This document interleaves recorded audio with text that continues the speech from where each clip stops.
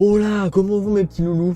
En fait, je sais pas quoi dire au début de vidéo. Je sais plus trop comment vous dire bonjour. Bref, j'espère que vous allez bien. Moi, je vais très bien. En ce moment, ma vie est très sympathique. Aujourd'hui, nouvelle vidéo. Et vous avez vu le titre. 3 anecdotes sur moi. Ça peut être vrai, ça peut être faux. Je reprends un petit concept. En fait, je vous mens pas, hein, je suis honnête avec vous. Sur YouTube, vous savez qu'il y a des concepts. 3 anecdotes, 2 vraies, une fausse. Et bah aujourd'hui, c'est ce qu'on va faire. Parce que j'ai des anecdotes, les gars, à vous dire. Mais c'est une anecdote un peu de honte. Mais bon, je la raconte quand même. Une anecdote un peu stressante et une anecdote où j'ai failli mal finir. Petite précision, c'est qu'en fait à chaque vidéo, quand ma monteuse monte etc, qu'elle m'envoie un message, j'ai toujours les gars. Donc j'essaie de pas trop le dire, sachant qu'il y a des filles aussi qui me suivent, je suppose, il n'y a pas que des mecs, je vais faire attention, je vous promets. Du coup bref, j'ai dit l'intro, on commence avec la première anecdote, j'ai failli mourir noyé. C'est tout, voilà.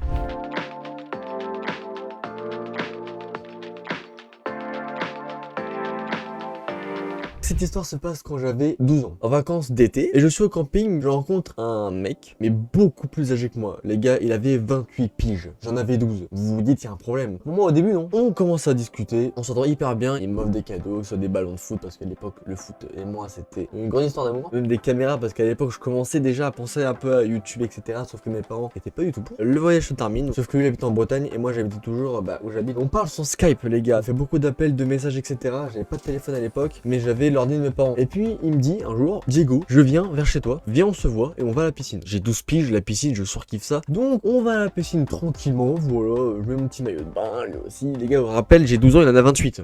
Je vous rappelle vraiment ça, c'est vraiment un détail très important. On s'amuse, on plonge, etc. C'est une dinguerie. Et voilà le moment où il me propose de faire un jeu, lui qui reste le plus longtemps sous l'eau. Je lui dis ok, ça peut être drôle. Voilà mon tour. Je vais dans l'eau tranquillement, voilà. Il y a le moment forcément où tu commences à plus trop avoir d'inspiration. Où est-ce que je veux dire ou pas? J'essaie de remonter. Qu'est-ce qu'il fait? Il met sa main sur ma tête. J'arrive pas à remonter. Du coup, qu'est-ce que je fais? Je reste dans l'eau et je commence un peu à avoir flou. Je le pince, je le frappe. Je vous jure, il a pas bougé d'un poil. Il était comme ça avec son bras. Vous voyez, il suivait ma tête avec sa main pour pas que je remonte. Et genre, à un moment, je vois flou et je commence à couler. Il me relève à la surface parce qu'il a vu que j'étais pas très bien. Suite à ça, sur le bord de la piscine, il m'allonge carrément. Il me fait pas de bouche à bouche, mais vraiment, c'était pas loin. Il m'a mis quelques claques. Je me suis réveillé vraiment à temps. Je vous jure, j'ai vu ma vie défiler à 12 ans, vous imaginez même pas. J'avais pas parlé à ma mère parce que j'avais peur des représailles et ce qui allait se passer, sachant qu'il était super sympa auparavant avec moi. Du coup, il est retourné où il habite en Bretagne. Quelques mois plus tard, la police vient chez moi et il me pose des questions. Est-ce qu'il vous a promis des choses? J'avoue, j'ai dit oui. Je leur demande pourquoi, ils me demandent toutes ces questions, etc. Et ils me disent, votre pote en question, il est condamné par la justice pour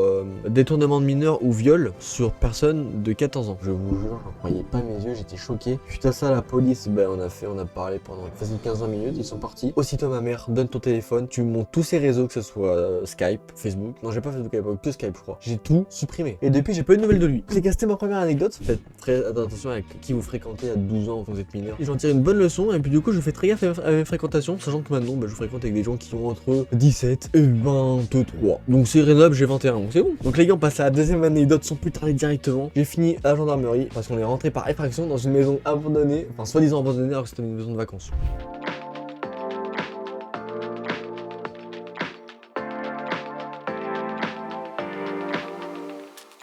Je vous explique un petit peu le contexte. Là, cette fois, j'ai 15-16 ans. Je suis au collège, je suis en 4ème ou 3ème, il me semble. Le mercredi après-midi, vous savez qu'on n'a pas cours. Je suis avec un collègue à moi, un ami à moi qui s'appelle Benjamin. Bon, je pense qu'il s'en connaîtra parce qu'il regarde mes vidéos, je pense. Vers chez moi, en fait, il y a une maison totalement isolée, en pleine cambrousse. Tout le temps volets fermés, sale, aucune voiture. Vous comprenez que c'est une maison un peu abandonnée. Et du coup, on se rejoint avec nos 4-5 potes, etc. Et on se dit, on va faire un peu les alentours de la maison. Donc, on est en vélo, forcément, les gars, on est en vélo, on n'a pas de permis, de BSR, rien. J'avais pas encore le BSR à l'époque. Et on voit un cercle d'arbres un peu plus loin derrière la maison. Donc on décide d'y aller. Surprise les gars, on voit une tombe. Ça nous a pas porté plus attention que ça, mais on s'est quand même dit, mais qu'est-ce qu'une tombe fou entourée d'arbres, hein, ça paraît bizarre. Forcément on s'est dit, les gars, vous voyez la maison qui est derrière, vous êtes chaud, on y rentre et on voit ce qu'il y a dedans. On y va. On a eu de la chance parce que quand on a fait le tour de la maison pour voir s'il y avait forcément tous les volets étaient fermés, sauf une qui était ouverte, enfin les volets ouverts, la fenêtre fermée. Du coup on s'est dit, comment faire pour rentrer? J'ai un de mes potes qui me dit, les gars, je vais faire un peu le tour pour voir s'il y a pas un pied de biche. Et figurez-vous les gars, il trouve un pied de biche. Je sais pas comment il a trouvé, je sais pas d'où, qu'est-ce qu'il foutait là ce pied de biche, mais il l'a trouvé, il le prend et casse la vitre par un pied de biche, ça fait un bruit monumental. Donc on s'est dit, les gars, en fait on est cramés, donc autant partir. Et non, parce qu'ils ont dit, allez les gars, on rentre tous. Je me suis dit,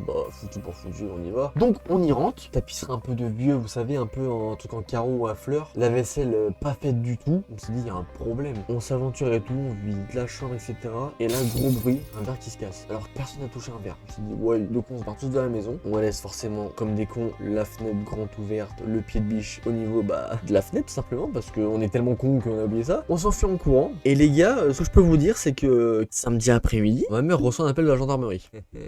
Simplement pour dire que j'étais convoqué à la gendarmerie pour entrer par effraction dans une maison de vacances. Parce qu'en fait, on n'a pas vu, mais il y avait un retraité qui était caché, entre guillemets, et qui a réussi à reconnaître un de mes potes, juste un de mes potes qui était avec nous. Et du coup, vu qu'il connaissait, forcément, il a été voir la gendarmerie. Il a pas porté plainte, mais il a quand même, il nous a dénoncé, il a dénoncé le mec en question. La police est partie voir le mec, et du coup, vu qu'elle a paniqué, il nous a tous dénoncé. Donc je me suis retrouvé un samedi après-midi à voir les flics chez moi. J'ai dû tout raconter à ma mère, et je me suis fait défoncer. Faites pas ça. Vraiment, à 15-16 ans, prenez pas un pied de biche, cassez pas une fenêtre, rentrez pas dans des maisons. La gendarmerie nous a expliqué que c'était, ça appartenait à tel, hein. Vraiment, il nous a dit le prénom et le nom des personnes. On s'est senti con. Est-ce que les gars, pour l'instant, vous savez laquelle est vraie, laquelle est fausse? Ça se trouve les deux sont vraies, ça se trouve les deux sont fausses. On ne sait pas. On passe à la troisième et dernière anecdote. Le jour où je suis pris la honte devant une classe entière en permanence au collège, tout simplement.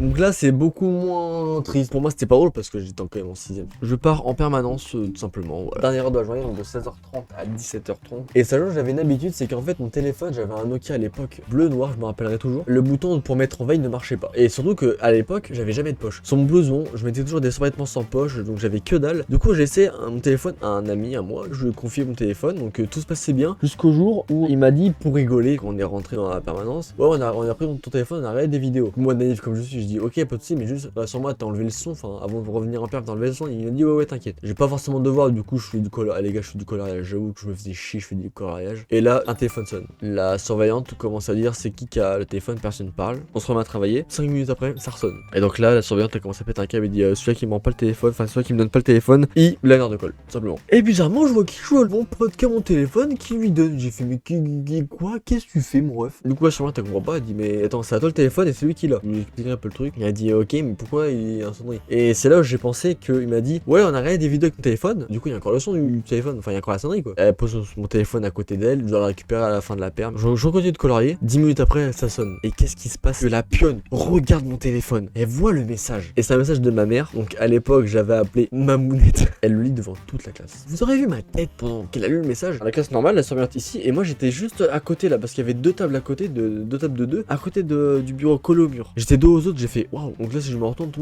le monde me guette. J'essaie de me retourner, tout le monde me regarde en souriant, j'ai fait oh là là. Tout le monde s'est marré. L'heure passe, donc ça sonne. Je me lève, je récupère mon téléphone. Elle me dit la prochaine fois, éteins ton téléphone, sinon c'est une heure de colle. Je récupère mon téléphone, et puis je suis parti. Et quand je suis parti dans le bus, tout le monde m'a regardé. Et tout le monde m'a dit c'est vrai que c'est toi le téléphone, bah alors ta petite maman. Fin de l'anecdote. C'est vraiment la chute est terrible, franchement. Ne donnez pas vos téléphones à vos potes parce qu'ils peuvent faire n'importe quoi. Si vous êtes chaud, dans une prochaine vidéo, je pourrais raconter des anecdotes spéciales collège, spéciales lycée, mais anecdotes de tournage, ça peut être sympa aussi. Hein. Les gars, la fosse. C'est la deuxième, la maison abandonnée. J'ai jamais été comme ça, rentrer dans une maison, c'est hors de question. Je pense qu'il y en a beaucoup qui ont dit la première, genre que j'ai failli mourir noyé. Les gars, c'est la vérité et j'en tire des leçons de certaines fréquentations et un peu de séquelles quand même. J'espère vraiment que la vidéo vous aura plu. Moi, j'ai kiffé la tournée, de vous raconter un petit peu des choses sur moi et tout, ça fait longtemps que j'ai pas fait ça. Et je voulais vous dire aussi pour les vidéos, ce qui va arriver tout simplement. J'espère que le court-métrage que j'ai fait avec mon école vous a plu. C'était un gros tournage, j'étais chef opérateur. Il y aura un nouveau thread d'horreur pour le mois de mars. Il y aura une vidéo réaction sur mes anciennes vidéos, mais sur un truc bien spécial, vous verrez ça plus tard. Il y a le nouveau let's play sur la Switch que je vais commencer sur un Mario. Je vous dis pas lequel, vous verrez ça à la surprise. Mais les gars, je pense que vous savez qu'il y a un nouveau Harry Potter qui sort. Ça se peut que je fasse un let's play dessus parce que je suis fan d'Harry Potter et surtout le faire en live. Je pense le faire en live ou en vidéo, mais en live ça serait une dinguerie. Dites-moi dans les commentaires si les let's play vous voulez que je les fasse en live ou en vidéo. Je vais vous dire un petit peu les nouveautés qu'il y aura sur la chaîne. Et puis c'est tout pour moi. Et moi je vous fais de gros bisous. Passez une très bonne journée, une très bonne soirée, ça dépend que vous voyez la vidéo. Et on se dit au week-end prochain pour une nouvelle vidéo. Je vous fais des gros bisous. Ciao ciao.